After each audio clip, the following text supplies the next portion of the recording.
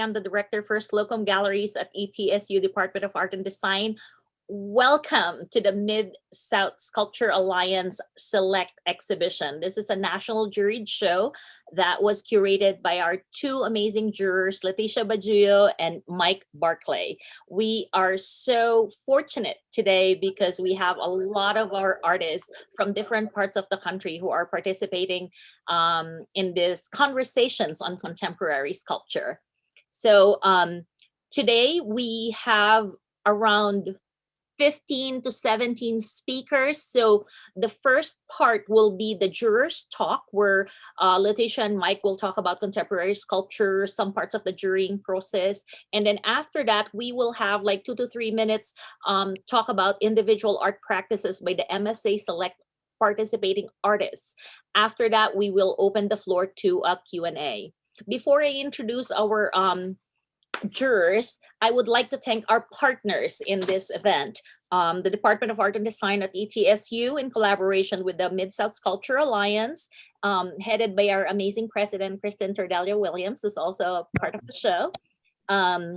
We also have the ETSU Student Activities Allocation Committee, the Bravissima Women Sponsoring the Arts in Johnson City, and the Arts Fund of East Tennessee Foundation. Thank you all for the partnership. And so we have 23 amazing artists in this exhibition that was selected by these two wonderful curators and art practitioners. I will introduce Leticia Bajuyo first, because she is our Mid-South Sculpture Alliance director, and she is one of the reasons why we're having the show. So she invited me to the MSA, and we kind of like talk about, and I was suckered into the exhibition committee. No, I'm just kidding. I really I'm very excited to have the MSA exhibition at the Slocumb Gallery. So thank you, Leticia, for inviting me to MSA. Leticia Bajuyo is an interdisciplinary artist who creates visual poems, drawings, sculptures, and site-responsive installations that are inspired by objects that are byproducts of human ingenuity. A Filipinx-American artist from small Midwestern town on the border of Illinois and Kentucky, Bajuyo received her MFA from the University of Tennessee, Knoxville, and her BFA from the University of Notre Dame. Presently, Bajuyo creates, lives, works, and teaches in Norman, Oklahoma, where she is an assistant professor at the University of Oklahoma. Upcoming projects include a permanent traffic roundabout sculpture for the Fourth Ward Public Art Program and solo exhibitions at Arkansas Tech University in Russellville, Arkansas, and at the Southeast Missouri State University in Cape Girardeau, Missouri.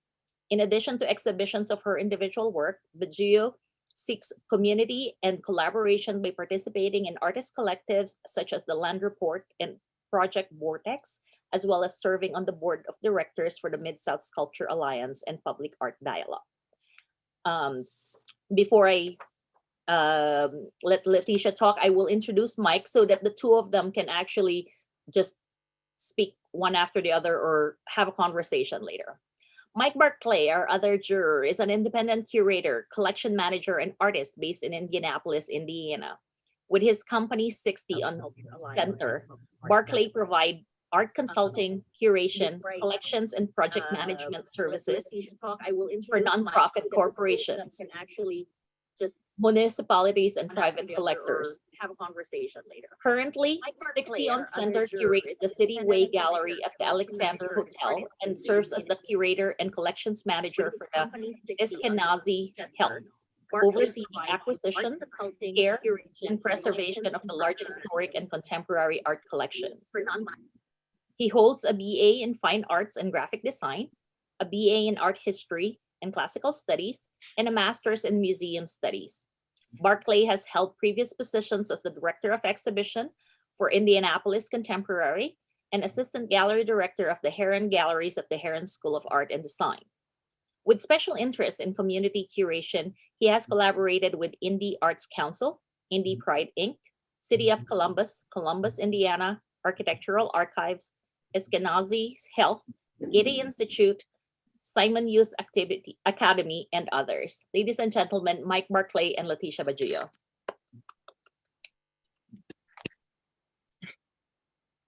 Thank you so much, Carlotta. It has absolutely been a pleasure to get to work with you on this. When ETSU and you offered Mid-South Sculpture Alliance to have this exhibition, it was an excellent opportunity for hosting the MSA Select at Johnson City, Tennessee. And so thank you for offering the gallery and for heading that up and doing all the installation. Mike and I got the pleasure as well as the heavy lifting to go through all of the submissions. And so Mike, as a member, I've been part of MSA for 5 years now on the board. And so when Carlotta asked me to jury the show, I recognized it would be really difficult for me to do because I know several of the members and I really respect so many of the artists, and that to help keep me objective and honest, I was like, I need somebody who I know can do that. And so that's where I extended the invitation to co-jury. That was the only way I would do it. So Mike, would you like to share a little bit about your insights about Mid-South Sculpture Alliance as a newbie?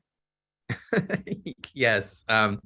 Thank you, everyone. It was an absolute pleasure to jury the show. I always will jump at any opportunity to work with Leticia. We obviously are friends. We've known each other for a while, if people aren't understanding that. So I definitely was like, absolutely. I love an opportunity to jury something. I love looking at art and I love being introduced to new people, new concepts and new processes. So I just wanted to say to everyone who submitted, it was an absolute pleasure to get to learn about your process, to learn about your work. I spent time on every single one of you's websites and your social media. So I did, weirdly stalk all of you in this process. But I will say that as an outsider, I honestly didn't know much about MSA. So it has been a pleasure to get to learn about MSA, how the organization functions, your guys' goals and values and mission was super great. And then just seeing this diversity and quality of work that is being produced by all the members that submitted for this show. So I was really blown away. That might have been why I have joined your all's board. I am a brand new board member. So yeah, so now I'm one of us. So it's been nice. But in the jurying process, I will say not knowing anybody personally obviously kept me very able to stay very objective. But I sort of went in first, did some swoop through some attacking and familiarized myself with everything that was there. And then had a series of conversations with Leticia, and we both, had made our own selections on our own, but then we're talking face to face to try and what was your selections? What are mine? Like, do they, were we seeing consistency and ideas? And then part of that process also helped me start to define what it is. Once I started to familiarize myself with everyone's work, I started seeing what are the themes, what are concepts, what are consistencies that are happening across the general public of this, work to select from. And so I was able to start identifying, okay, there's some people that are very process intensive. There's some people that are using traditional formal approaches. There are people that are using new materials, new media, new means. So was able to sort of identify those areas and then start breaking the show down in that thematic scheme, and seeing where these works fit into that. And then that helped define what is the story that MSA is making. How is this variety of artists? I mean, we all are artists. We all know that, when you're doing a juried show, they're very complicated because it's not a it's not a thematic show. And so it's like, how do you create a theme out of it? How do you create the story that can then be told to the public, and identifying what is the story that's being told through this conglomerate of different aspects all put together in one little umbrella. So it was definitely a lot of fun, and I don't think we disagreed on anything, Leticia. I really, sometimes I feel like we agree too much, but I don't think at least I don't think it was coming to fist fights, but I'm not so much a fist fighter as I am, a knife and stab person. So I don't know if it's quite fist fight, but I think there was, we definitely would have some debate about maybe specific pieces, maybe as far as like history of material or representation. Also what we were seeing in the artist statements and in the websites, because all of that was part of it. And so while it was a juried show, we weren't going cold on only the images. The other thing is that we also spent a lot of time just sort of obsessing over Slocumb Gallery's space. because we also wanted to make sure, because we weren't going to be the ones to be able to fully install it. We were going to have that job of installing. So we wanted to make sure that the size of the show was respectful of the artwork and of the exhibition space. And so trying to make sure that as we started to think about placement for Carlotta, we also thought about how many pieces would fit while not being too crowded, give all the artworks enough space to be respected in the experience, while at the same time trying to get as many pieces in to be able to recognize the eclectic nature of Mid-South Sculpture Alliance and all the dramatic ways that space, shape, and form are being used across our membership. Yes. Yeah. And it's a gorgeous looking show. I have not seen it in person, unfortunately, but it is absolutely a gorgeous images show. Are And you all did it. You all made it. You guys made the work. I mean, honestly, like you guys did the hard work. It was easy. Right? We did the easy work. We got to do the fun stuff. We had to pick. So, yeah. So I But commend it's a everyone. lot of responsibility. Yeah. Yeah. Yeah. Yeah. It was an absolute pleasure. Carlotta, yes. So Carlotta, if there's anything else that you would like to specifically answer, but I don't know about anybody else, but I really want to hear from the artists about their work more so than us chatting. But Mike and I, if not, we can tell many a story. And so we're glad to keep talking, but we definitely want to hear from the artists and hear their stories. Well, would you like to say a little bit about what you kind of see contemporary sculpture and just kind of like a few sentences here and there, or like a particular project or instance that has happened in the last few years that you think will be crucial in the development of contemporary sculpture? Something that I thought a lot about and that I witnessed within the selection is a sense of responsibility, that there's a lot of ownership for material, size, and form, that there's no one way that the work has to be made. Since all of these materials and processes are at our tool belt, I think there's definitely a sense of responsibility and ownership. And I think it shows up in the artist statements too. And so I think that's something that's really special about sculpture, that there's not an automatic, like it has to be a certain material or a certain level of representation, but that makes it that much more an individual necessity to make that call. And I think that shows up in this exhibition. And I think that's something that's really important and special in sculpture in the present moment, is about a sense of responsibility. What do you use and why do you use it? Mm-hmm. Yeah. And I think one of the things I noticed, especially with this show, was looking at materials and understanding how people are utilizing materials to tell stories. And the thing, when I'm saying that too, I'm including in that process that some people are blurring the lines between other areas of materials. Like we're seeing photography turn into sculpture. We're seeing these new ways of combining traditional mediums together and expanding this field. And so I see it from, my experiences of having worked at an art school for many years. I saw how students, they're working in multiple disciplines at one time. And I love seeing that blend and that experience happen. And so now it's like, it's more than just traditional ideas of sculpture. It's becoming this blurring of the lines of other fields. And I love that that melting of everything together. And so I hope to see that happening more as we start going into, more experience-based art exhibitions and things like that. Thank you, Mike and Leticia. So now we will open the floor to our MSA Select artists. We will try to do this alphabetically. So I would like to call Betsy Alwyn to be our first artist speaker. Betsy. Thank you.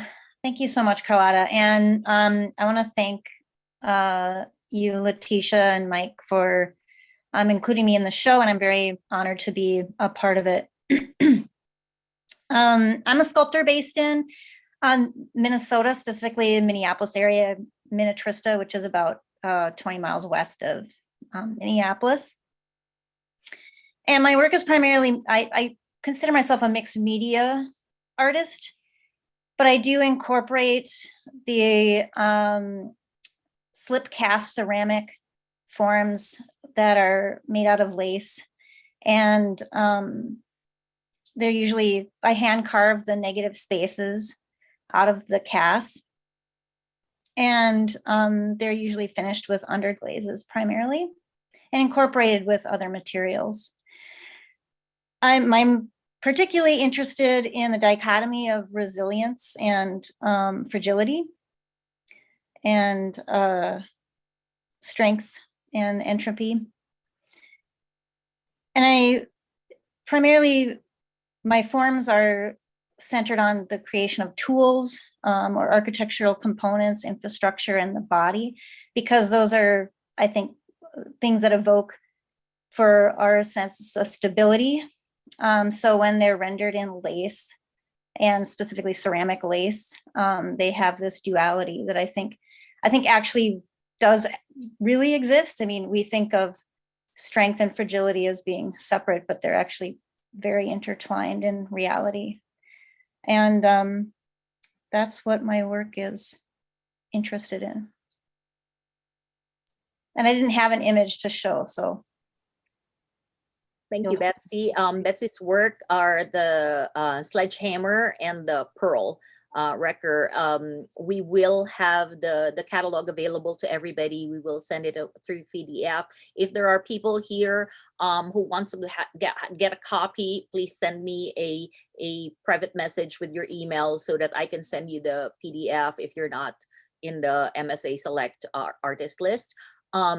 So we will open the floor for question and answer. We will go to Sally Brogden next. And then at the end, we can, but if you have some questions, you can put it on the chat too.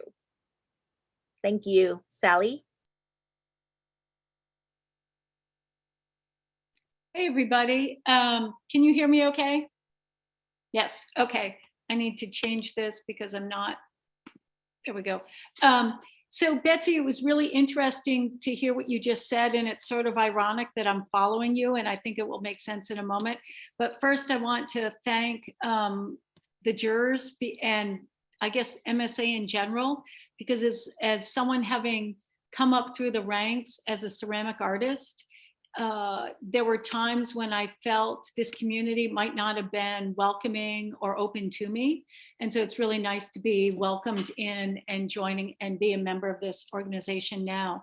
I don't have an image to project, and Carlotta, if you want to put one up so people can see it while I talk, that might be helpful. I have had a long history of approaching object making from a real formalist viewpoint. And I, for a long time, been very attuned to the way forms read and the way the skin of objects read. Most recently, I find myself really interested in form that presents itself as sort of balancing the references to strength and fragility or vulnerability, which Betsy, I think, is very in keeping with what you were talking about. I use porcelain and I allow it to sort of rip and tear and embrace its natural properties in the making. I'm interested in objects that reveal the breadth of life, but also the potential vulnerabilities of life. And I'm really deliberately drawn to objects that are non-specific in their reading, hoping that the audience will be left with material and the qualities of the material alone as they are making sense of the work. I hope that makes sense. And if there's an image somewhere for someone to see, I'm sorry, I don't know it. I apologize, Sally. My screen sharing is not working right now. I'm trying to pull it out, but it's not working. Okay. I apologize, but continue with your talk. Oh, there you go. Thank you, Leticia. Okay, fabulous. And so presently I am living and working in Knoxville, Tennessee, but I have had the pleasure to move around the US and have lived in many places. And as a ceramic artist, I am not tied to any one process or material or temperature or clay. I tend to move in whatever direction suits the need of the object I'm trying to create. And so all of these objects hang on the wall.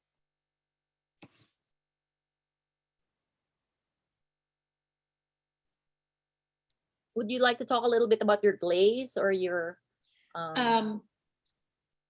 Yeah, so color is an interesting thing. I avoided it. I avoided glaze and color for many, many, many years. And probably only in the last 5 to 10 years have really embraced it. And I'm interested in color, again, that highlights maybe the various polarities within the form. I look to color as in terms of reinforcing the very neutral aspects of the pieces, the fleshiness of the pieces, and at the same time, the maybe industrial references of the work. Yeah. Thank you, Sally. Thank you. Now our next speaker will also from University of Tennessee, Knoxville, Jason Brown, former president of MSA. Thanks, Carlotta. I appreciate it. It's an honor to be here and to have my work included in the show. It's a really, really good looking exhibition. I haven't seen it in person, but just looking through the catalog, thank you, Carlotta, for putting so much work into the care and attention to detail. And Leticia and Mike, thank you for finding my work to be worthy to include. It is going back to echo something Mike said a minute ago. I think you said this. It is a really cohesive show, and it's like remarkably, I don't know, unified, which is it's just I'm looking forward to seeing it at the closing in a few weeks.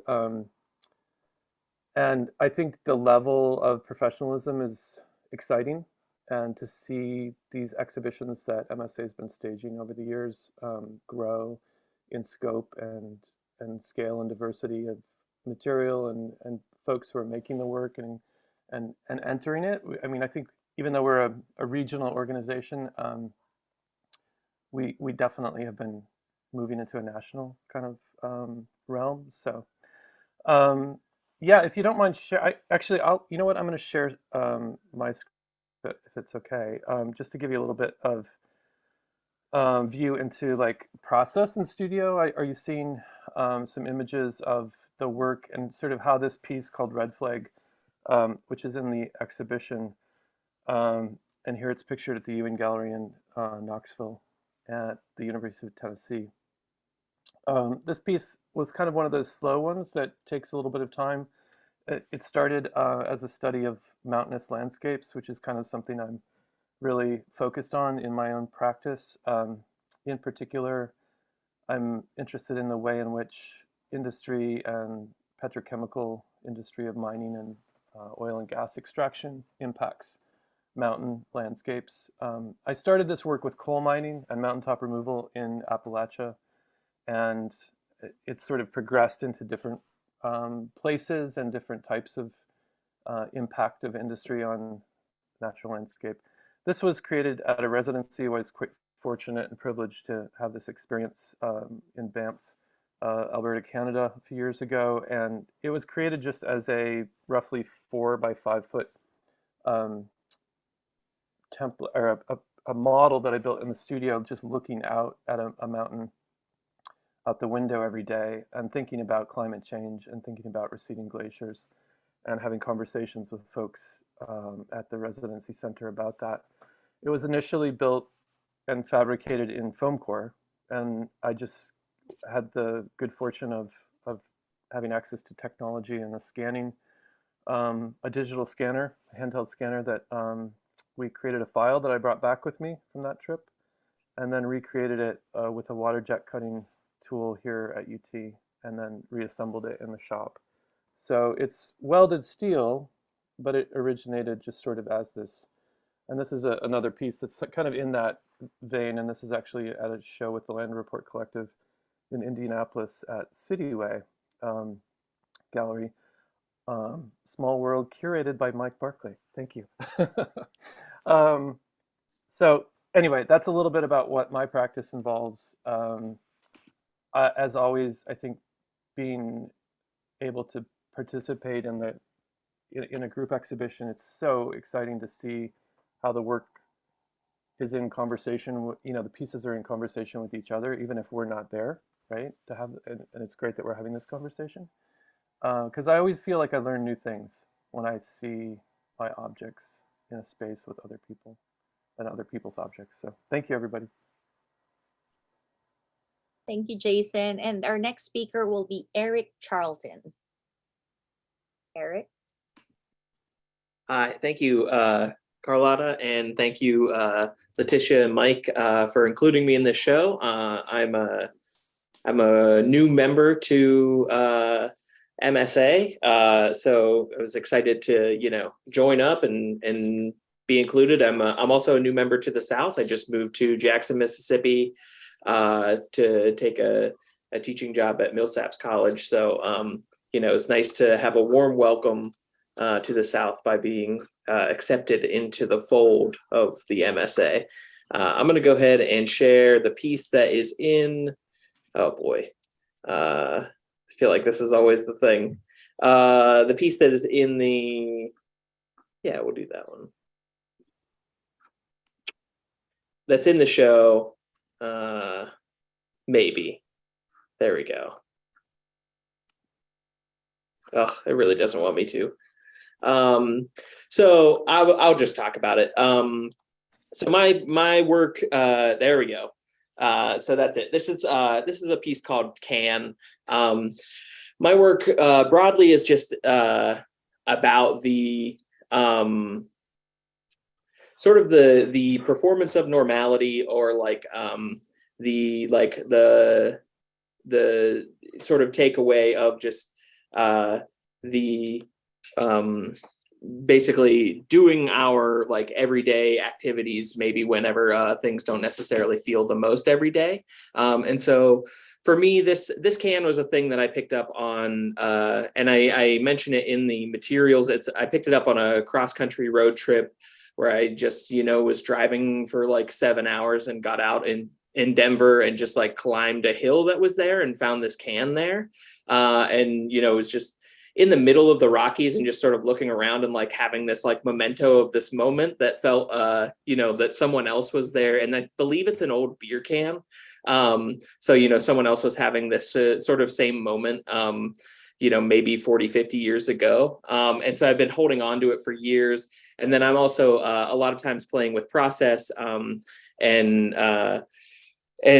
finding different ways of sort of getting these mementos or objects to, be in these sculptural forms, and thinking about I'm very interested in the idea of the cube and minimalism intersecting with our everyday life as well. And so I 3D scanned this can and created this series of plexiglass sheets with a laser cutter to perfectly house it and fit around it and sort of just hold it more or less in the position that I found it in the ground whenever I was walking. And this is just sort of the reliquary of this object, holding it in this stationary position. It's I'm really excited about this piece. This was sort of like a sketch I did a while ago of some works that I have in mind for the future. But the plexi does some really nice things when layered. This sort of play between how transparency can obscure an object and become invisible. Ends up being really nice. So if you have a chance to go see the show, walk around the object from the corner, it really becomes just a cube and not necessarily the can anymore. So I'm pretty interested in that sort of the way a material we think we understand can be something entirely different. Thank you, Eric. And speaking of Millsaps, thank you for hosting the Squaring the Cube exhibition that was presented simultaneously with Anila Aga's installation during the MSA Confab that we just had last week. So yay. Yes, the show looks great. It's awesome to take my sculpture students in there and get them to see, so many different versions of sculpture that can happen. So yes, thank you all for those of you who are in that exhibition as well. We have a catalog for that too. So if you want a digital copy, just let me know and I will send you a PDF. Now, our next speaker will be Ling Lin Koo from Pennsylvania. Hi, everyone. Thank you for having me. It's a great pleasure and honor to be here and also be included in the show. Let me share screen.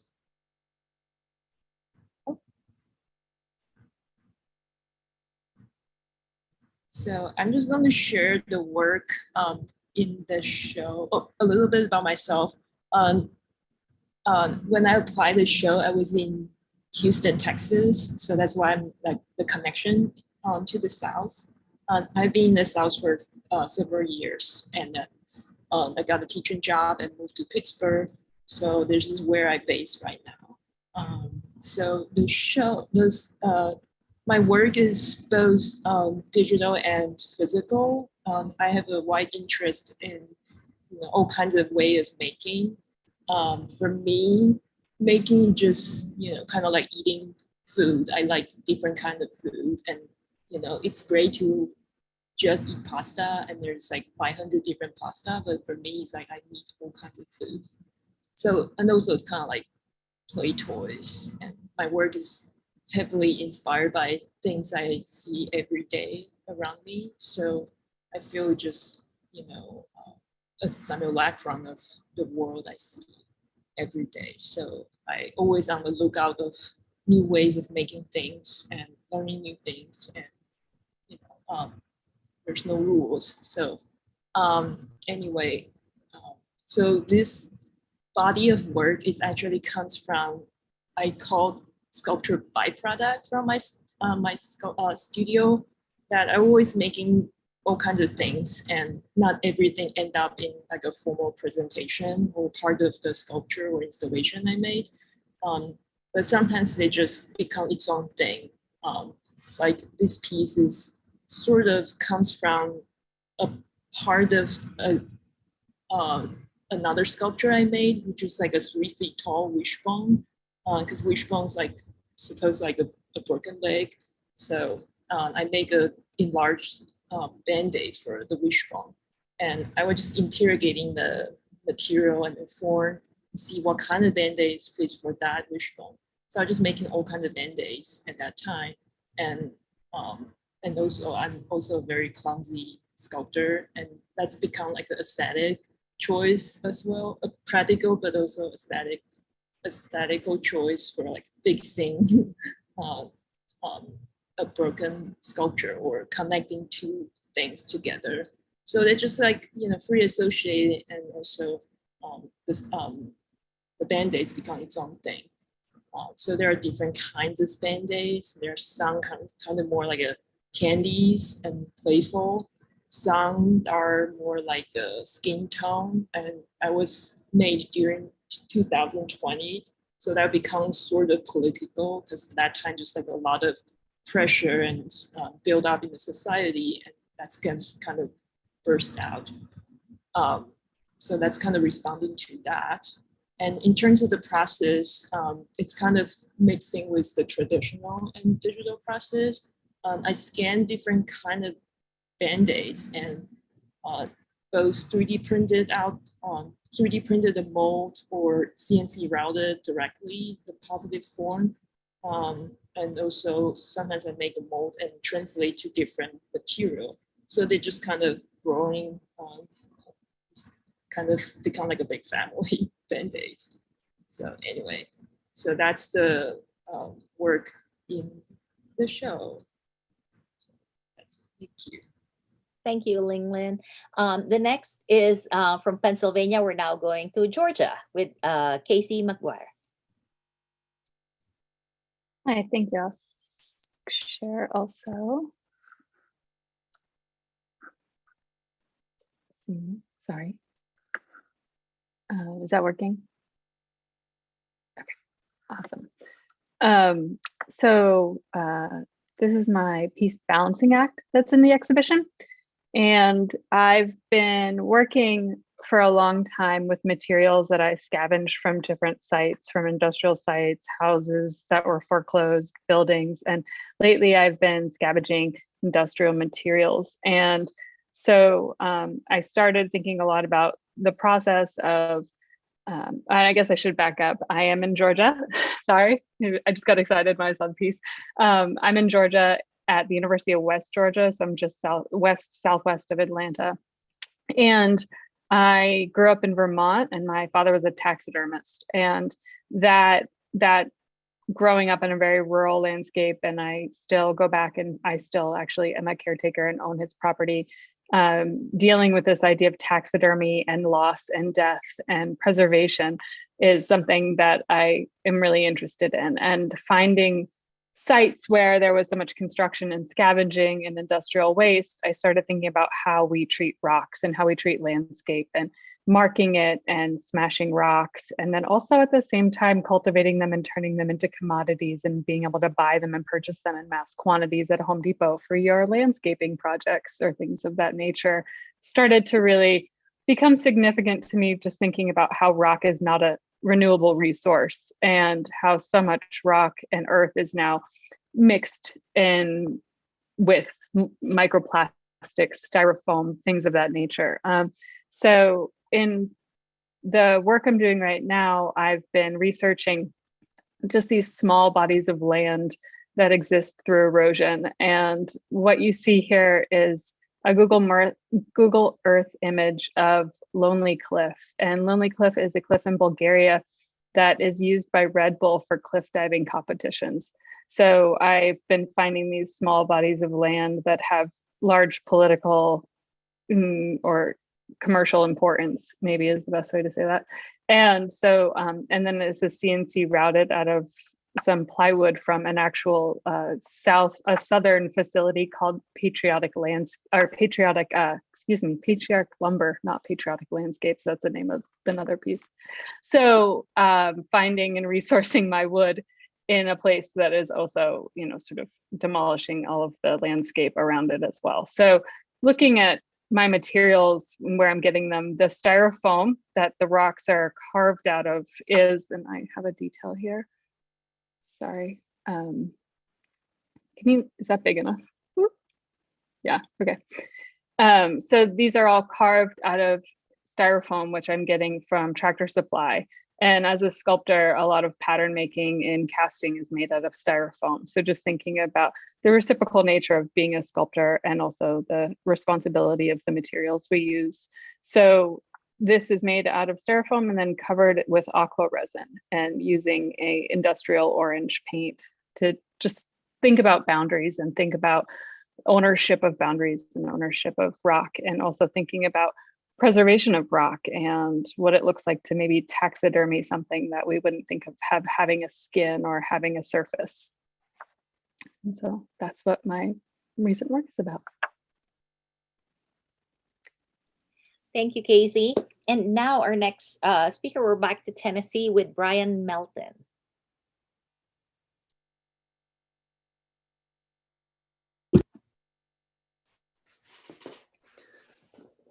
Hello, and thank you all for having me.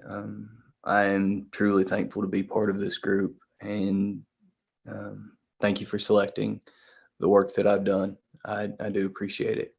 So I'm a self-taught wood carver, and I start with a raw block of material, a salvaged log most of the time, and then I work using traditional methods, almost primarily a mallet and a gouge, or soft carving, hand carving method to reduce it down to what is normally a human figure. I've always been drawn to creating the human figure. Maybe it's the challenge of it. Maybe it's that I don't know. But there's something about it that I just really enjoy. So creating for me is kind of just an innate need, and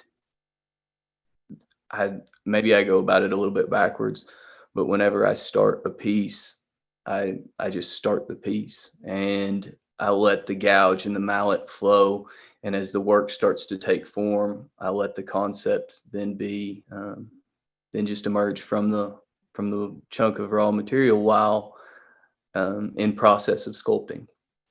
So I was raised in rural Appalachia in Fentress County, and I grew up in the woods and always enjoyed that, and was inspired by the love of craft in that area. A grandmother that would create beautiful stained glass, although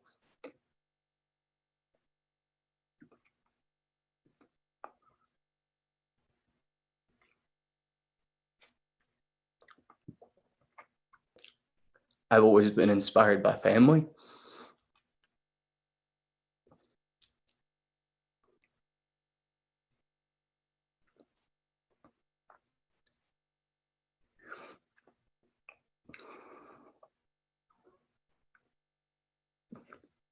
And there's just something about this work that I absolutely love.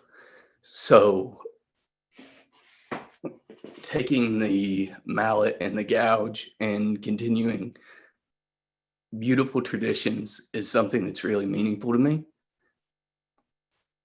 And then also creating images, started by creating many images of people that I love.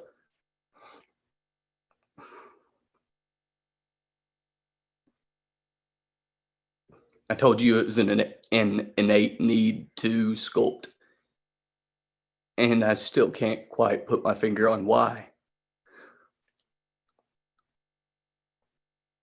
But I think the process largely comes from the people who have invested in me.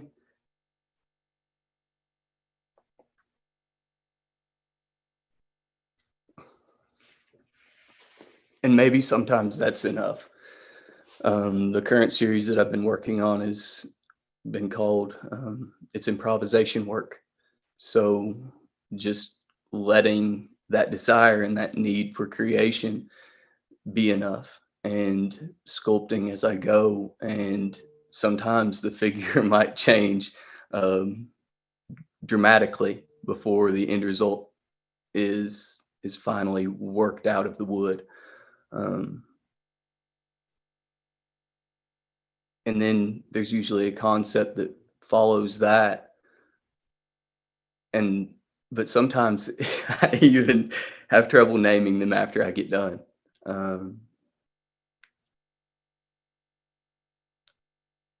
But it's a beautiful process, and it's a time-honored process.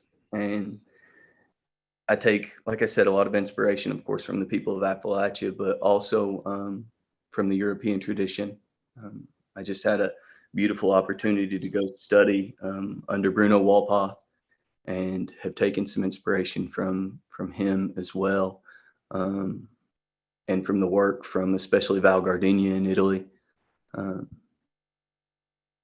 another mountainous region that is similar to Appalachia in that it is a group of people who came together and they worked toward a common goal, and everybody in that community would work together to create the wood carvings that they would produce. And it's just beautiful. The idea of community, the idea of family, the idea of reaching back to something in the past that largely seems to be lost. And that's something that I feel is really special, and I really enjoy that. So, like I said, I'm largely self-taught. I'm a public school teacher in my day job, and I wake up early in the morning and I work before work and work when I get home and work on weekends and complete this work that I love. So thank you all very much for having me, and I'm grateful. Thank you, Brian. And our next speaker is from different places, from Tennessee, Georgia, now in Pennsylvania. So Larry Millard is also one of our pride, one of our alumni here from ETSU. So Larry? Also a former board director of MSA. Larry, you're on mute. Please unmute yourself. Okay. in a quick summary, most of my work is about math, poetry, basically all writing, but specifically, I'm very interested when people write about things that they've never seen. And I use that as a springboard to create work.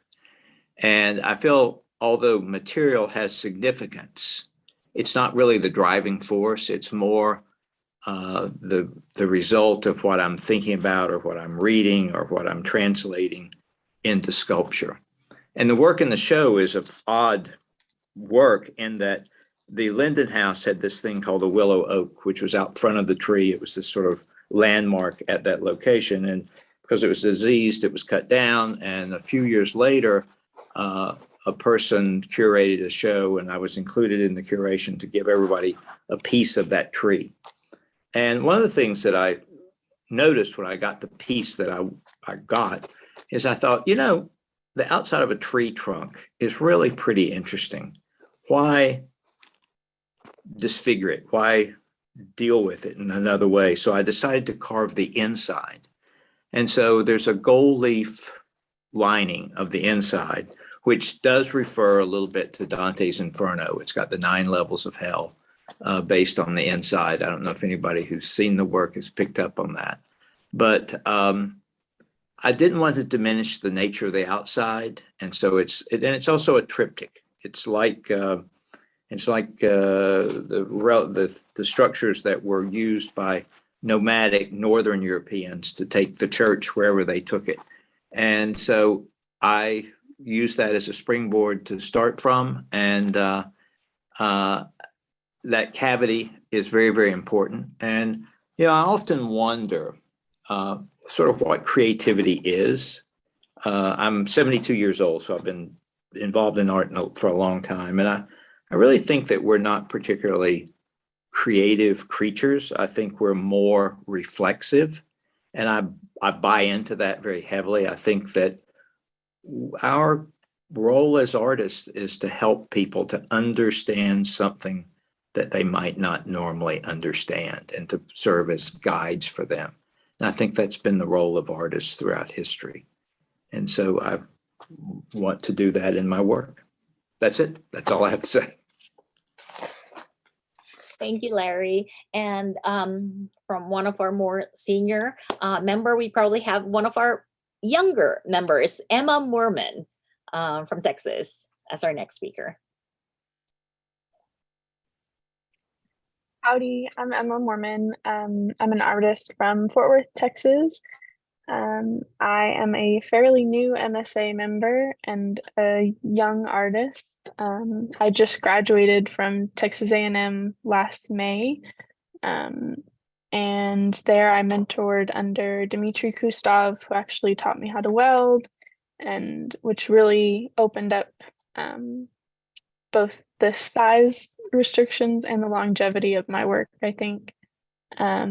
So my piece in the exhibit is Blue Symphony. It's a welded steel plate sculpture that is inspired by my love of music.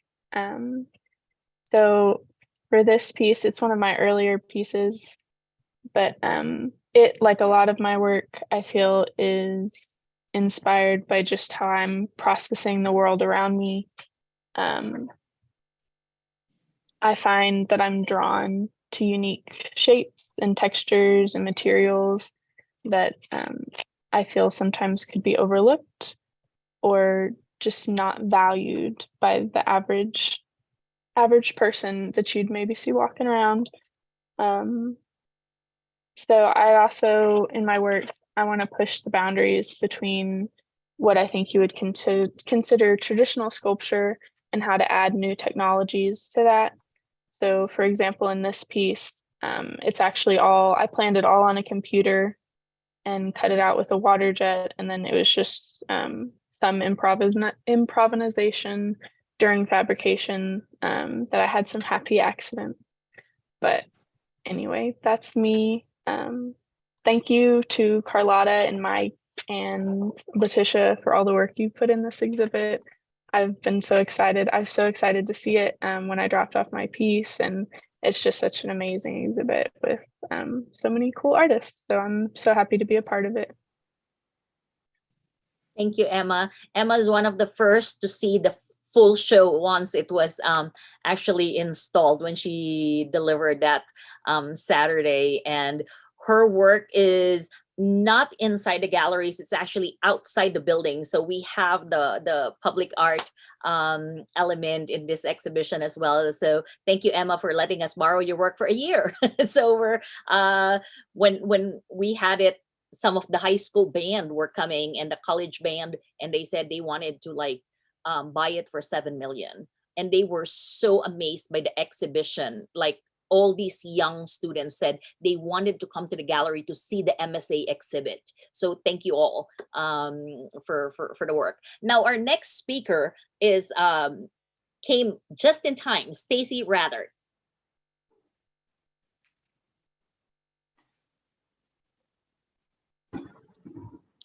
Hello, everyone. I'm traveling, so I've been having some technical difficulties getting connected, but I am here. Somewhere between Oxford, Mississippi and Jackson, Mississippi. Do you want me to talk about, I'm sorry, I just joined in, so do you want me to talk about my work that's in the show, or?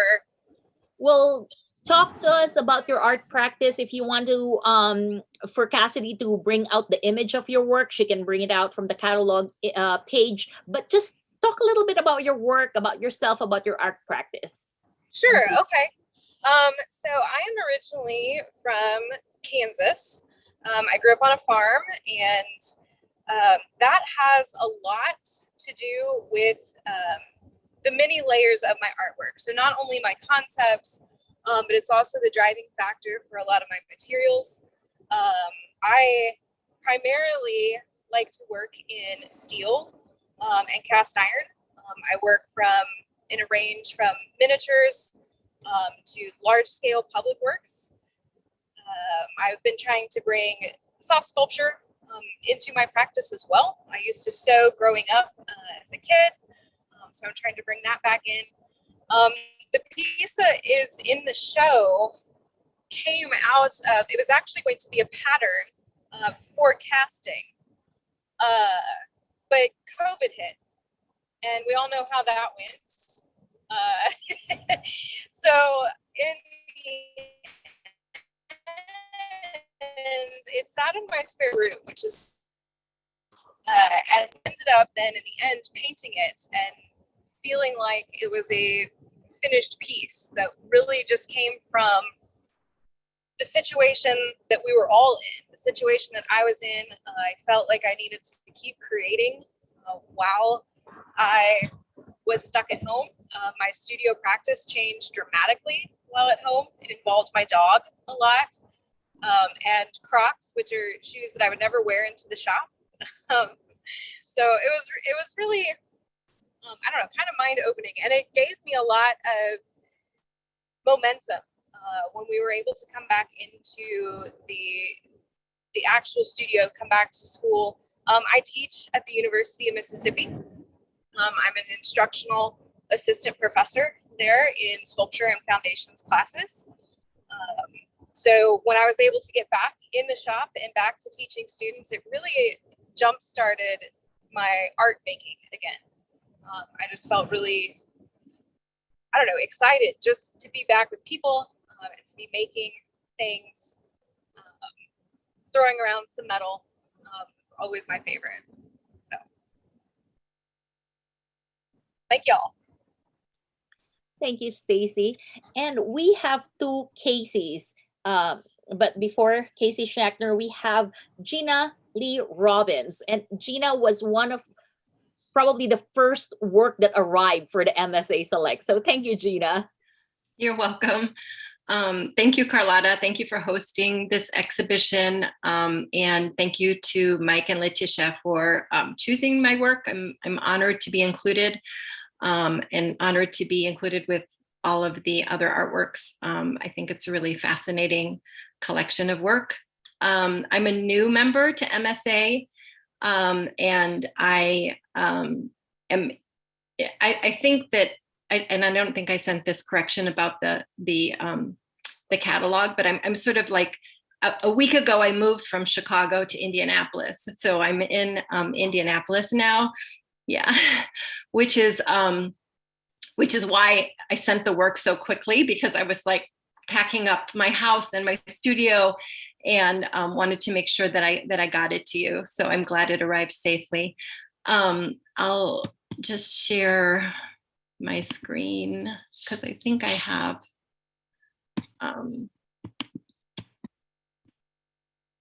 can show.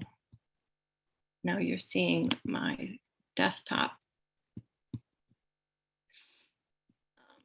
So this is the work that's in the show. I am also a self-taught artist. For the last 30 years, I've been working primarily with ceramics.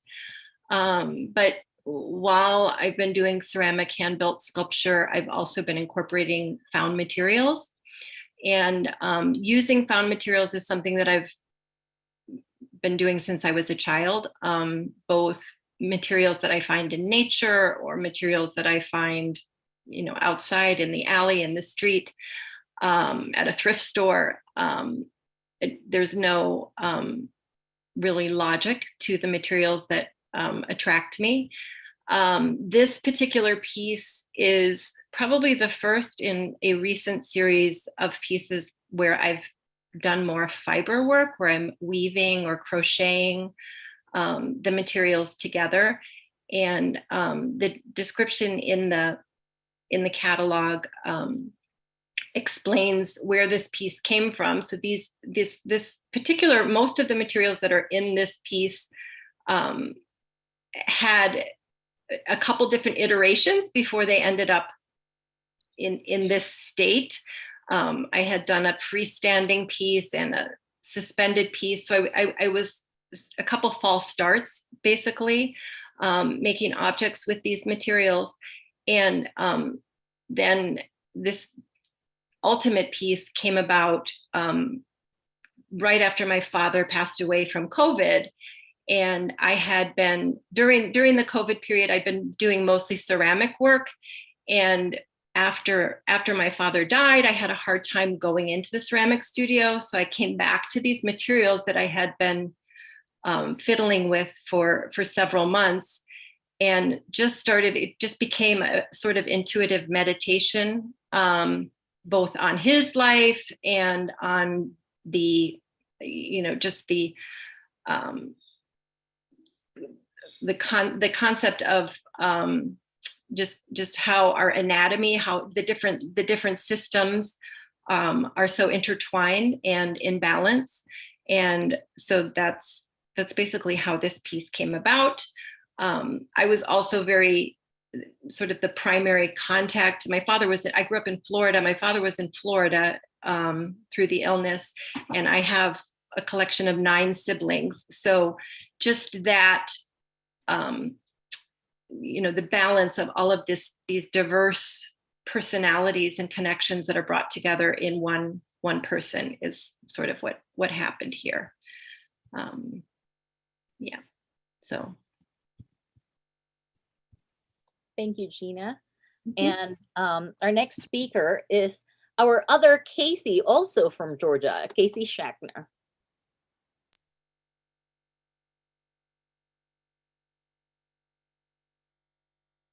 Hi, can you hear me okay? Yes. Hi, I'm also traveling. I was just commuting from Statesboro to Savannah. I teach at Georgia Southern University. So this has been a really lovely commute. Normally I'm listening to a podcast, but it's been great to listen to all of you and hear more about your work. Again, my name is Casey Schachner. I am a new MSA member, so excited to be part of this group.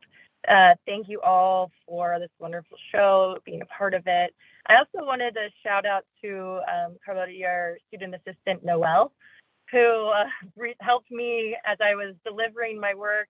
My piece is, if you haven't been to the show, it's a set of glass lawn chairs, excuse me, and it's titled Leisureville. So I'm sure I was quite a sight arriving with these fragile pieces, but she was wonderful in helping me get them installed. Just a bit about my work. I've done a lot of work with traditional sculpture materials, particularly in stone carving. And I found a couple of years back glass casting, and I really responded to it because of its similarity in working with cold working tools, the diamond blades that I was familiar with for stone carving. So it felt like a natural fit in terms of the processes I was working in. And then the pieces themselves, I've been really interested in exploring ideas of tourism and objects of tourism. I grew up in South Florida, working in the tourist industry. My family has always been in the tourist industry. So that sort of dichotomy of living in a vacation land and constantly being part of the tourist experience. So I was exploring objects like beach umbrellas, these conch shell souvenirs. And then I arrived at beach chairs. And eventually these lawn chairs are the latest version. Thank you for pulling that up, that photo there. So this is kiln cast glass that's been fused and slumped into the woven pattern that you see there on the lawn chair. I was just really interested with the dichotomy of this found object, the actual lawn chair, and these fragile, delicate weavings of cast glass that have been adhered to the chair. It kind of reflected that contrast and dichotomy that I felt living in tourism land of like the beauty of it, but also kind of the reality of it. So yeah, thank you again so much. It's been such a pleasure to be a part of the show, and hopefully I'll be able to get up to the closing and see the works in person. Thank you, Casey. And I mentioned that the two of them were from Georgia. So I was so confused when they were emailing me to schedule a delivery because I thought the other one was the other Casey. So thank you for your patience, both Caseys. And our next speaker is Jess Self. Jess is actually in two exhibitions, the MSA Select, and she's also in the Embattled Bodies that is also organized by MSA in Vinegar Gallery, Vinegar Project Gallery in Alabama. So Jess?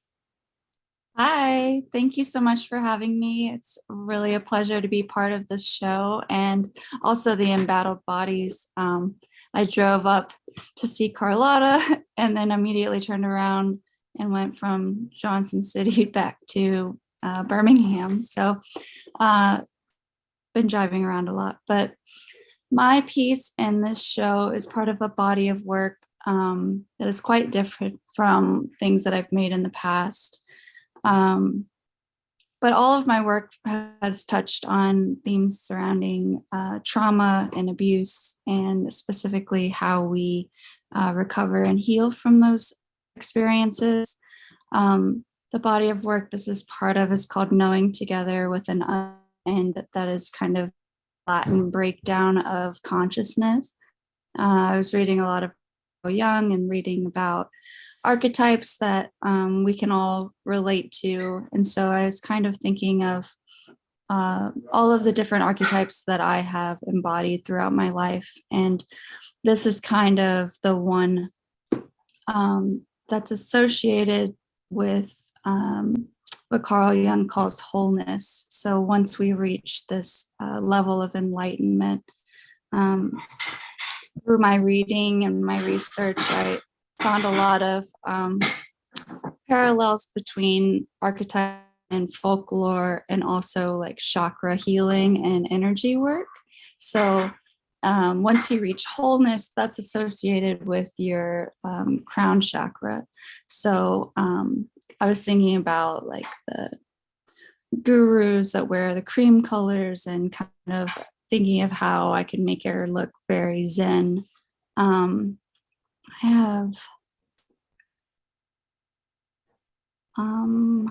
gonna steal your screen share and just show you a detailed shot of it. I worked on this one during lockdown a lot of things came to the surface for me. And once you reach wholeness and the crown chakra, I guess, once you. Okay, was that me? I don't know.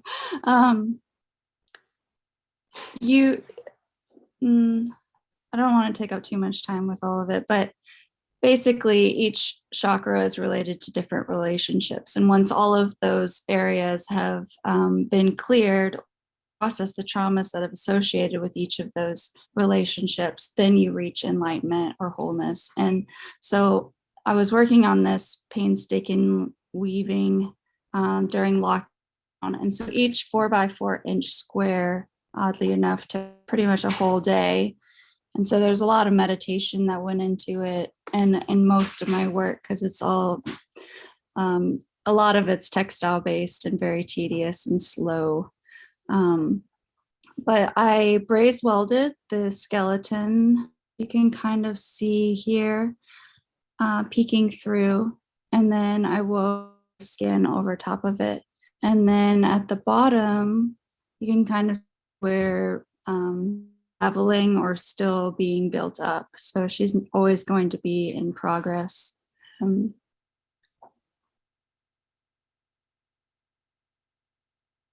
I like how you can kind of see through her as well, and the contrast between the hard steel and the soft materials.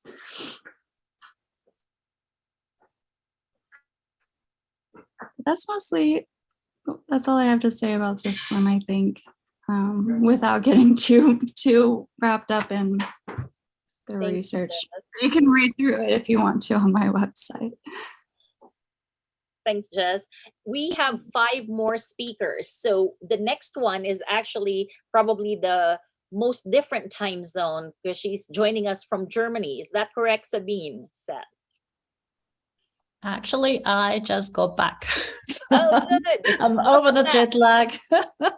But certainly this whole process of being in contact with you and responding to the call and everything, that all happened in Berlin. And I had the privilege of being among an international crowd of sculptors over there, not just sculptors, filmmakers, everything. And so this is just another opportunity here to be with a group of fellow artists, and I was finding it fascinating and exciting to see one's own work in a new context like here, because I do think it shows the curatorial red thread that goes through. I think that has become very, very obvious listening to the other artists describing their work, how they fit together. But I also think it puts one's own work again into a new context. And so this, what Leticia said earlier, this sense of responsibility of an artist and the ownership for materials and the concept resonates very much with me and my work. And when Mike said earlier about a tendency from the traditional to the interdisciplinary in the contemporary sculpture, that very much describes my work. I started out in stone sculpture, and let's see if I can actually share my screen here. Share screen.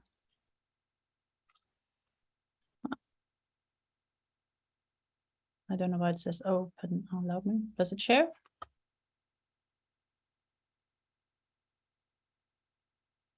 No.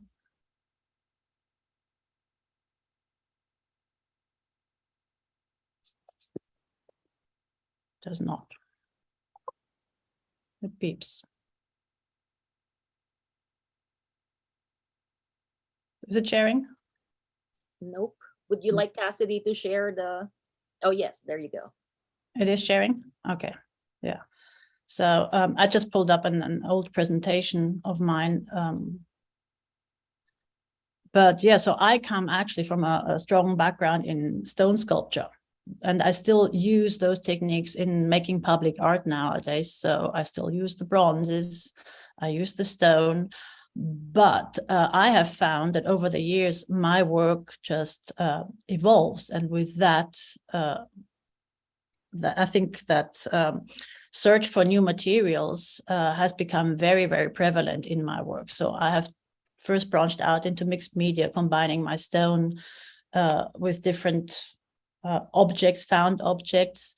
And it is always, my concepts are always around what's around me, what the physical and the psychological spaces around me have to offer, what's happening in politics, in my community, in a country. Like while I was over in Berlin, I noticed that my topic shifted again, because you are exposed to the world around you. And my work is a lot about observing cross-culturally how we impact the world around us. So naturally, I moved away from the rigid materials, where I often found that, for example, the stone would dictate the shape of my sculpture, because there might be a fracture in there, there might be a texture in there. So it would dictate my sculpture, whereas now I actually take great excitement and challenge in letting my concept and my topic dictate the materials I use. And so I have started using, like here is one, I've started using candy, still with some natural rock there. But over the years, I've also then, like in this piece, included video and a lot of photography as well, to really create installations to really offer a space for reflection on the topics that I try to explore. And to summarize, that's often individual and collective agency. It's a lot of trauma work, how trauma is passed down between the generations. So I thought that was very interesting today to hear the other artists, or some of them dealing with that as well. And the piece that is in the show here for MSA Select is this one. That one I made during 2020, during the pandemic. And again, like I had the texture, and I felt like the traditional, like doing it in cast iron or stone, it wouldn't have felt right, because the whole circumstances of 2020 demanded a new thought process. It was about finding a different way to cope with it. And so naturally, I thought that the piece demanded different materials. It had to be softer, it had to be lighter to achieve that new thought process. And that was what this piece is basically about, my very personal experience. And I also agree with earlier an artist said that as an artist, we have the responsibility to offer different views, different thought processes to the public. I would agree with that. And I think that's one of the things that as artists we can do in interaction with the public. And that's why we should show our work and share our work. So I really appreciate this opportunity here today to not only see everyone else's work, but also share mine with you and the curators. Thank you. Thank you, Sabine. And Gregory, before you go, I'm so sorry, you are on the latter part of the presentation. It is actually your turn. Would you like to speak for a few minutes before you sign off? Gregory? Is Gregory still with us? Or I think he just signed out. I think Gregory has left. He has sent me a message, and I'm sorry about that. The next three speakers will be Sarit, Kristen, and Chris. So if Gregory comes back, we'll let him join us again. But Sarit, the floor is yours. Okay. Hi, my name is Sarit Dikun Somasa. Short name is Sarit. I am new to the MSA. And actually, I'm new to the sculpture area also. My main work is digital medium. And thank you Carlotta, Leticia, and Mike to give me this opportunity to participate in the show. I think I'm gonna talk about the process of how am I making my sculpture. So basically, first it's 3D printing. And so when I started in the mid 2017, and it's about 29 pieces, because at the time I have a my former school has a really small printer, so it's only like 5 inches in volumes, square, and so this work I start off with a digital, like something like this. So basically using a Maya 3D model software to do modeling, and so basically moving point by point. And after that, I bring it to another software to do sculpting digitally, and this is a 3D rendering. So, and these are Illustrator. That's how I create the tattoo. And I like to give a little computer footprint in my work. So instead of drawing on the object of the sculpture itself, I choose to use a decal. So I print inkjet laser print, laser printer, print the decal, and then just put it on the model. And this is a work.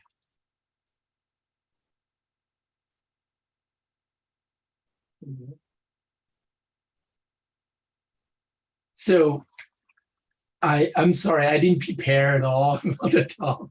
So if you have any questions, just let me know. I think that's all what I am going to say for now. Thank you, Sarit, and you will probably join us at the closing reception as well. The next speaker is our current MSA president, Kristen Tordelia Williams. Kristen? Hi, everyone. Thank you, Carlotta, so much for everything. The exhibition looks awesome. I love seeing photos of all the work together. As we know, like, it really makes a big difference to see artwork in person. So I'm glad to hear that students on campus are enjoying it. I also really want to say welcome to all the new members. I hope that you remain a member of MSA from now on. We love hearing and seeing your work on the board, and we're really doing it for everybody who's involved. So I want to say welcome to our new members, and thank you to Leticia and Mike for curating such a diverse and wonderful show. So I have also found a old presentation. So the work in the exhibition, I'm trying to think how to briefly talk about myself and the work. So I'm a professor of sculpture at Auburn University. I'm a Southern transplant. I grew up in Massachusetts and moved to the South in 2014 and started at Auburn, which is in Alabama, about 2 years ago. So when I moved to the South, I had a lot of culture shock and learned a lot of hard truths because I was living in Mississippi, and that really influenced my work. I primarily work in paper making and iron casting, and the piece in the exhibition is titled Sternus Vulgaris, and it is made out of handmade paper. The pulp is you can't totally tell in this piece, but I have this pulp piles of old US congressional records from 2016 that were printed on newsprint and then bound. And then at my old job, the post office worker said, "I can't use these. Would you like them?" And so I was like, "These are really interesting works. Yes, I would love to have that," because I find that it's like a kind of a representation of the governmental bureaucracy that then through paper making I cut up and remake into art. So it has this imbued sense of bureaucracy in it. The form of these works are European starling feathers. So starlings are an invasive species. So it connects to this idea of colonialism and its impact on the United States. So each of the feathers is embroidered with embroidery floss.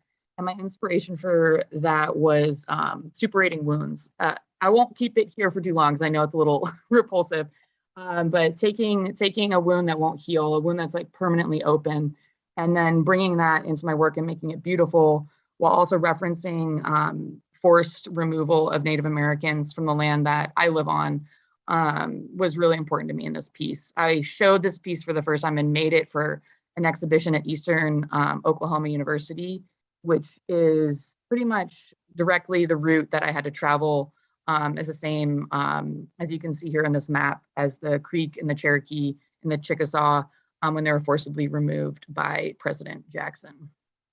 So that's just a little bit about my work. It's very diverse, and I won't talk any longer, but I just want to say thank you very much, everybody who made this show possible. I'm really, really grateful to be involved.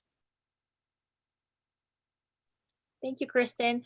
Our last speaker is Chris Wubena, unless I missed anybody. If I did, please let me know and we will make you, we will, of course, let you speak after Chris.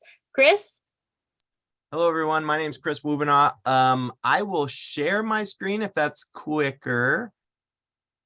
Share and drag. Here we go.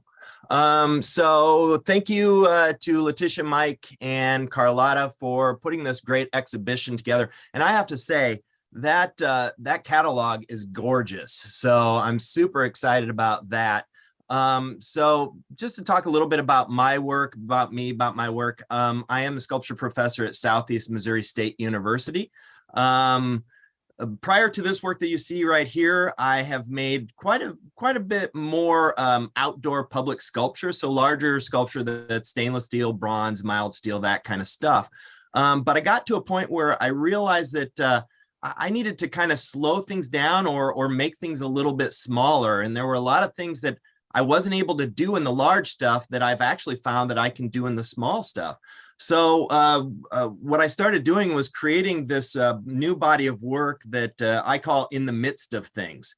Basically, in this in the midst of things, it refers to a literary device that of beginning a narrative in the middle of a plot. So kind of like what some movies do, books do, where they drop you right in the middle of the action and you have to sort through it. And so that's what this work really is. But it's more than that. So the sculpture is in the midst of its own material, its own storylines that are evolving. But to put these pieces together, I started to basically mine my basement. So going through my basement, now that my son has graduated and moved on to college, I now get to expand in my basement, and I'm going through all these different things and using what I have around me. But as I do that, I start to question, how much stuff should we really have? How much is enough? What is our carrying capacity? And I start thinking about that, not just in terms of the things that are in my basement, but in society in general. Our reliance on plastic or how we're surrounded by plastic really starts to play into my work. And so I start to create these pieces where I'm questioning quite a bit. And also when I'm thinking about carrying capacity or how much these pieces can actually hold, or if you view this as an individual or a figure, you notice quite often in this body of work where the form starts to sag or dip, or it almost looks like it can't, in this particular case, it can't hold anymore. So it looks like it might be falling or it's taped together. So I really am inspired by that kind of thing about what us as individuals can carry. So when you look at this piece or these pieces in this body of work, I like it to be eclectic in its materials, and each material has a meaning, or each object has a meaning. But just working three-dimensionally or formally with materials wasn't enough for me. I graduated from University of Northern Iowa from my BFA degree with sculpture emphasis and a creative writing minor. While I was and then I went to get my MFA at San Francisco State. And while I was in college, I did a ton of different things that I found that I started to kind of abandon. For instance, I was in a punk band for a while. And so I wanted to start bringing in these things back, or bring these things back into my work.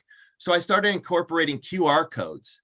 So these pieces you can actually scan, and they take you to other content, other material, or as I like to think about them, as inner worlds or other tethered worlds to these pieces. So when we think about how much somebody can carry, it's not always about physical weight. It's also about those things that are right beside us or echoing in our ears, those sounds or those other influences that we can't quite touch. So you'll find when you scan some of these QR codes that it will take you to audio, video, music, short stories, there's scripts, performances, all kinds of things in these sculptures. There's even one sculpture, an online gallery of other work, other artists' work. So I really am interested in the inner stories and the things that are going on inside as much as I am with this teetering of different material in a composition. I think with that, that's probably all I have. I will, how do I get out of this? Ooh, Thank you, nope. Chris. Okay. With that, we would open the floor for question and answers. I'm sure you guys have been like waiting to ask your questions. So please just unmute yourselves when you want to ask a question and direct it to the artist that you would like to ask a question to.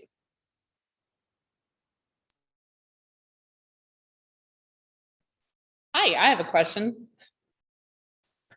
If you can hear me, I assume, I hope. I am curious to Betsy. I have a bunch of questions actually, but I'm curious to Betsy. On your sledgehammer, was the break in the handle intentional as a part of the fragility?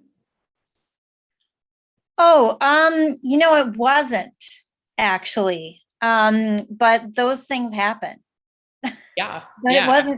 it wasn't intentional. It actually arrived that way and it wasn't my intention. However, a curious thing is that when I started making this work, because I was doing a lot of public work that people were breaking and I was having to fix it all the time. And so I started to make this work in my studio kind of as something that would call people to think about that in, actual thinking about the material and thinking about the lace and thinking about it as a very fragile thing. And to be honest, I mean, porcelain can be very strong. I mean, ceramics can be very strong too. So I think it wasn't intentional, but it's fine. It's part of the material. It's part of the process. Yeah, I think it's really interesting to show the fragility of like the materiality and the material simultaneously. I'm probably going to email you and pick your brain more. Oh yeah, please do. Thank you for the question. You're welcome. Thank you for the answer. Thank you, Betsy. Thank you, Brooke, for that question. And yeah, our heart was broken when it came broken. So I had to call Betsy. I didn't have the heart to email her because she sent it in this beautiful wooden box, really, really well. But, I don't trust the shipping system. So I always recommend double boxing or putting more sturdy materials there, because don't trust the shipping companies. But the good thing is it's such a beautiful work, and I think we were successful enough to hang it well that it kind of looked intentional. We had to ask Betsy's permission if we can still hang it on the wall, because she had a hanging device for it. So we actually had to ask Emma Moorman to go to when she went to Lowe's to buy some specific nails for the piece so we can hang it on the wall. So yeah, it's a collaborative installation process. And if some of you are curious, I when I had the pleasure and the privilege of hanging the installation, the show, and looking at the selection by our jurors, I kind of saw a particular trend, and having the two galleries adjacent to each other, it actually lent itself to the organization of the work. So you will probably notice on the exhibitions, one gallery is kind of more industrial, more kind of the metal material, the more what do you call this? Kind of more welded, like the work by Jared Smith is in the middle of one of the gallery, and around it are like Gregory Steele's metal sculpture and David Marquez and Casey Schachner's chairs. So that one is kind of like a more urban, and then on the other side is kind of like the more organic, where the anchor piece is actually Kristen Tordelia Williams, not just because she's the MSA president, but we actually had her work installed on the Sunday when everybody was installed on a Saturday, because we had to like poke holes on the wall. Like there were like 40 pieces of those paper installation pieces, and each of them had like 3 needles that need to go on the wall that we had to poke very carefully. But there you have Jason Brown's work alongside Kristen's and Sarit's and Stacy and Sabine's, and kind of like more of the body and the home and the environment. So we also had Jennifer Kaplan's vase there. So it kind of the organization was kind of like that. So if you are curious about the placement of the work, that was what was going on in my head, and it took me a few days to really kind of figure out how can I justify this really strong exhibition where each work can kind of stand with each other. And I call it the Miss Universe syndrome, where sometimes work don't work well with others, but I really try to kind of either complement each other's work either through the subject or the material, and really kind of give each of the artists a space to have the viewers really have time to engage and reflect with each piece. Almost all of the labels have like please do not touch, except for 2 pieces that are interactive, Jared's and Jennifer Kaplan's. So yeah, and so far the students and the community's response has been wonderful. They appreciate the work so much. So thank you all. Please, if anybody has other question. Hi, I have a question. This is Ursula. I have a question for Casey. You talked about how your work is somewhat like or emulates the taxidermy work that your father did. And I'm curious, I was wondering if you could talk about that a little bit more.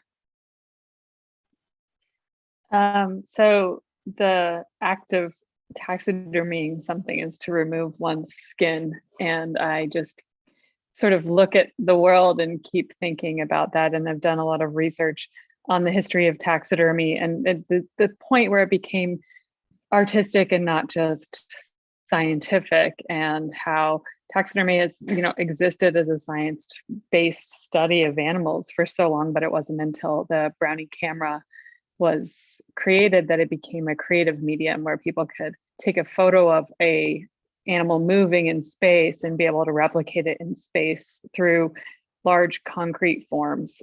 And then those forms would have the skin stretched over top. And so that plays out in my practice as I was starting to think about trees. I have covered trees and actually the neighbors' bushes that they pulled up from the front yard with Plasti Dip, and thinking about different industrial materials that would preserve elements in nature that are unpreservable. And actually this morning I said, I think I should go outside and collect all the leaves in the backyard, because that seems like, a wonderful Wolfgang Laib meditative process of walking around my backyard and how can I preserve all the leaves and the trees. So I find a lot of solace in just like thinking about all of the things that are surrounding us in nature that are going to go away and we're very actively conserving and preserving, but then things like rocks aren't being really considered. So how that comes about is, covering the trees and literally taking a rock and sculpting a rock that I found on a bigger scale. I'm currently in the middle right now of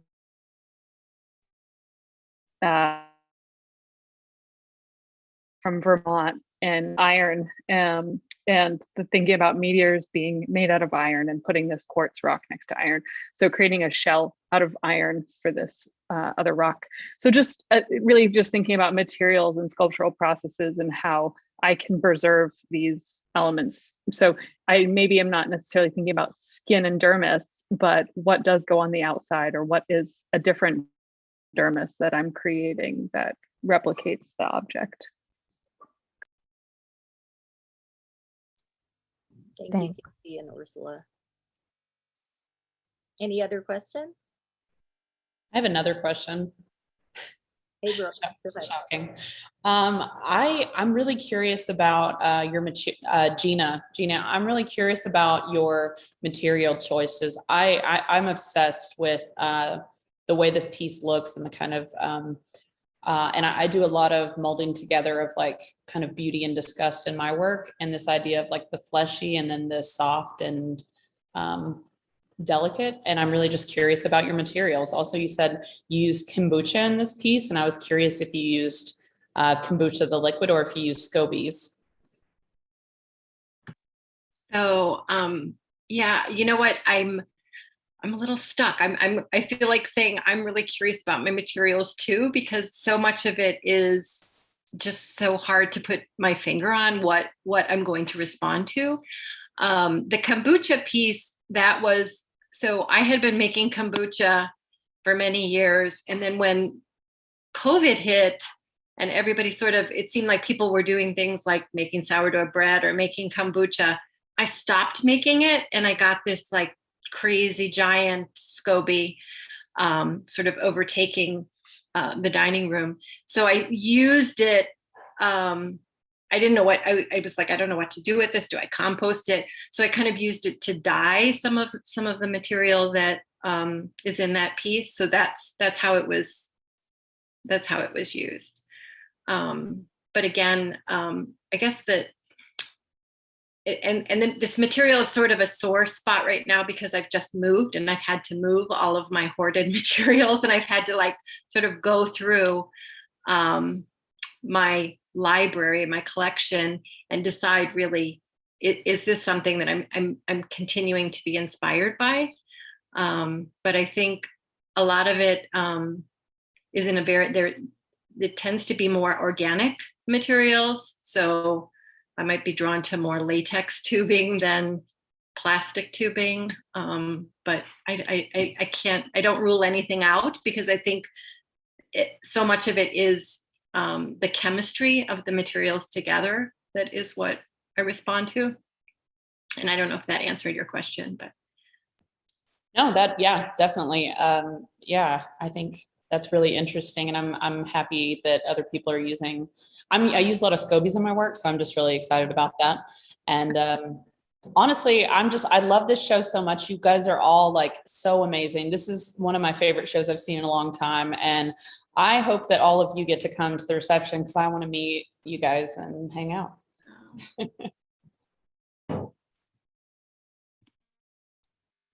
You should be a member of MSA now, Brooke, right? Because Brooke is actually in our Embattled Bodies MSA, so she's a new member of MSA too. Yes, yeah. Brand new. And like I said, I very much look forward to meeting you, but right now we have to go. I have to teach class, so thank you.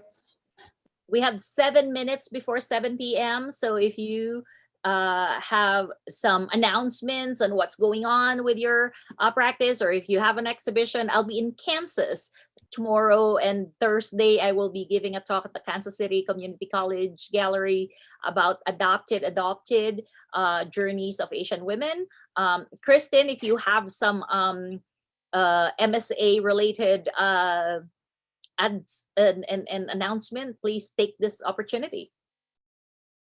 Thank you, Carlotta. The Embattled Bodies exhibition opens shortly, I believe on, oh no, I'm being put on the spot. I think it's November 17th. Brooke, do you know? You to go. But the opening will be in Birmingham. I'm planning on being there. Keep an eye on our newsletter. If you are watching this on YouTube, you all can become members too. You can join us. Membership is affordable, and it's not limited to the Mid-South region. It's just limited to whether you want to join or not. And we welcome everyone who's working in sculpture or considers themselves a supporter of sculpture. I also love seeing all of the cattails, so I feel less alone with my dog. I'm really, really appreciative to the board of directors that are working really hard to bring opportunities to all our members. So if you want to help us put on an exhibition in your area, please email us, and you can find out more on our website, midsouthsculpture.org. And I believe if any of you are faculty members, our scholarship competition is every spring. So make sure you get your students to apply. It's a great professional opportunity for them to practice speaking professionally before they end up in a Zoom room like this. And we love seeing their work every year. It's really, really inspiring, just as it was to hear from all of the artists in the exhibition and to see the photos in the catalog. It's really inspiring to see the diversity of works and the diversity of backgrounds and perspectives that are represented in this exhibition. I couldn't be more excited to be the president. So thank you all so much.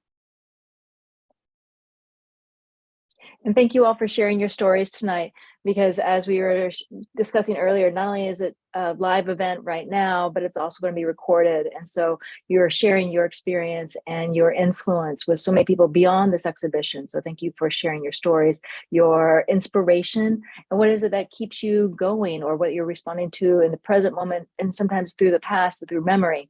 And so I think being able to share that in this way allows for the exhibition to have even broader reach. So thank you all for being a part of this.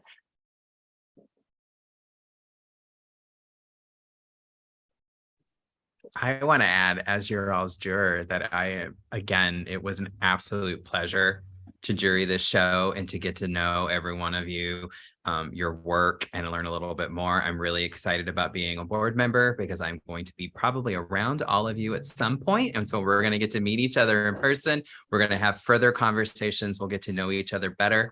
I will say that I am an extremely approachable person. So if you want to follow up with me, want more feedback, want to know a little bit more about my input, my thoughts on your work, I am more than happy to share feedback with anyone individually.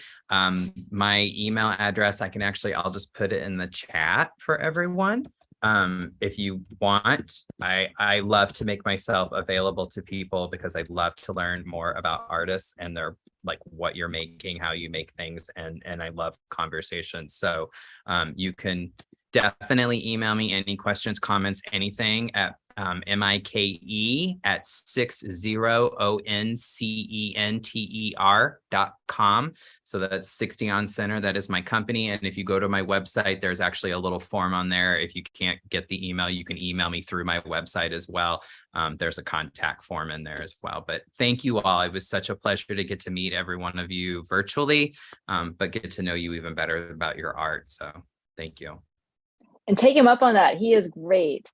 And he won't I really hold back. am approachable. It does not bother me for people to email me and be like, I'm not really sure about this or that. What were your thoughts? I love that conversation. So, yeah. Mm-hmm. Yeah. And as Kristen was mentioning, just to tag in one more time, MSA, I think, is just such a fabulous organization, and how it does welcome everyone. I just remember at the very beginning of this conversation this evening, Sally describing being a ceramicist and joining this group.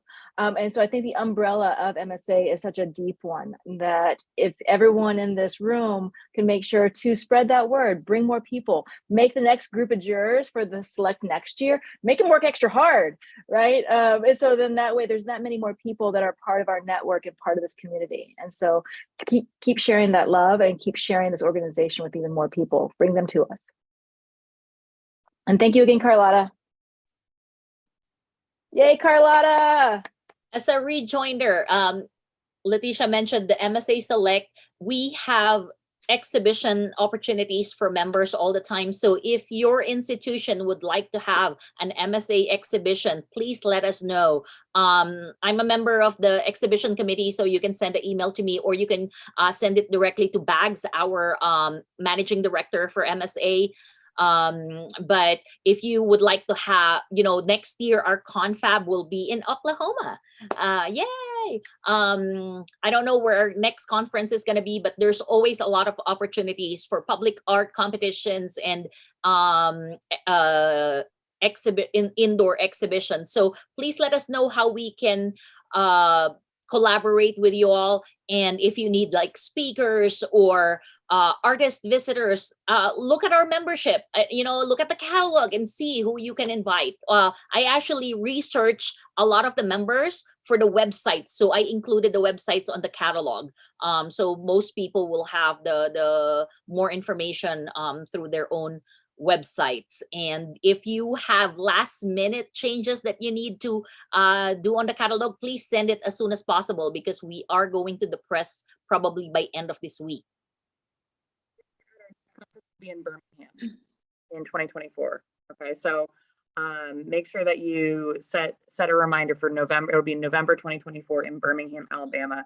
I'm really excited to be doing that. And I see Larry has something to say. I'd also just want to say one more thank you to Cassidy for being the chair of the online committee and doing the live streaming to YouTube. We really appreciate your work. Thank you.